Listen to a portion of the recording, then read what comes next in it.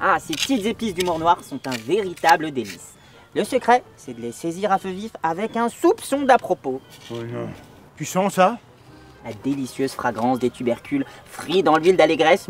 Je sens. Donc je pense à l'odeur de putréfaction. Je me suis donné beaucoup de mal pour préparer tout ça. Par ta cuisine, tout ne tourne pas autour de la nourriture, disciple. Autour de nous.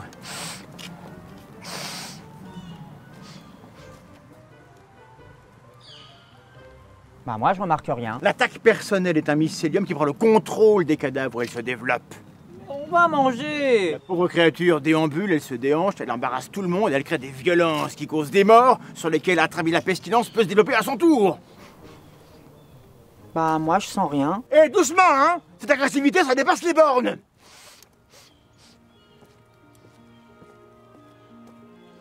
Souvent confondue avec l'ad hominem, dont nous parlerons la prochaine fois, l'attaque ad personam est plus basique que cette dernière. Injure pure et simple, sous-sol crasseux de la rhétorique, l'ad personam n'a aucun lien avec le sujet du débat. Il est une simple tentative de salir l'image de l'adversaire, de le faire sortir de ses gonds.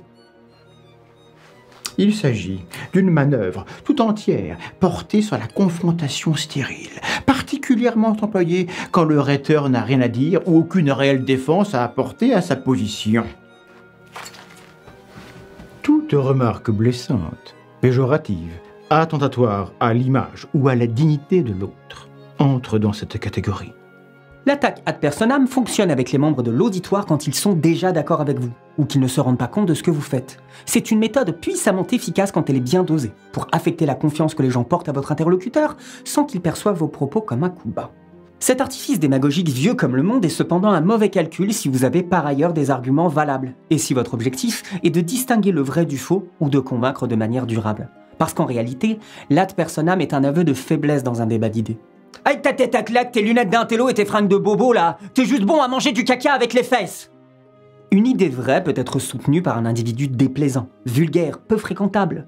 A l'inverse, un spécimen affable et bien sous tout rapport peut défendre une idée toute pourrie. C'est une vérité peu confortable et de cet inconfort vient le pouvoir de cette fallacie. Les hominidés que nous sommes proviennent d'une lignée où les relations sociales ont une importance cruciale et où la réputation est la première forme de monnaie. Notre cerveau est particulièrement sensible à tout ce qui affecte la réputation des gens dans notre entourage. Les attaques personnelles sont donc redoutables car elles tirent profit de nos biais cognitifs et nous dupent avec un effet de halo. Notre besoin de cohérence nous rend plus agréables les idées convergentes.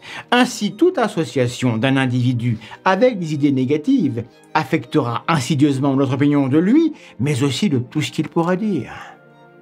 Ce sophisme a été nommé par Schopenhauer, pour qui il représente l'argument ultime, le dernier recours.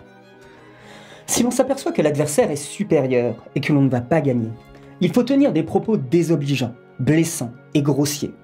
Être désobligeant, cela consiste à quitter l'objet de la querelle, puisqu'on a perdu la partie, pour passer à l'adversaire et à l'attaquer dans ce qu'il est.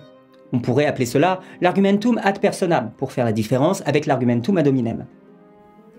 L'ad personam a de beaux jours devant lui, dans les milieux où il faut surtout affirmer sa différence, séduire et rassurer au lieu de convaincre.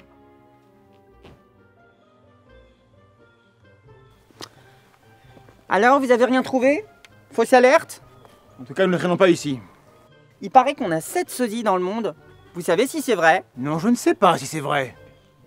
Bah, en tout cas, si c'est vrai, ça expliquerait ce que j'ai vu, hein. Et puis, pour peu que nos sosies aiment bien la nature, bah c'est tout à fait normal qu'on les croise à un moment ou à un autre, hein. Ne me parle pas sur ce ton! En tout cas, l'attaque personnelle n'est pas notre ami. Laissons-la dans son environnement naturel. Naturel, on sait, tu nous emmerdes! Bon bah attention, conversation stérile, tout ça.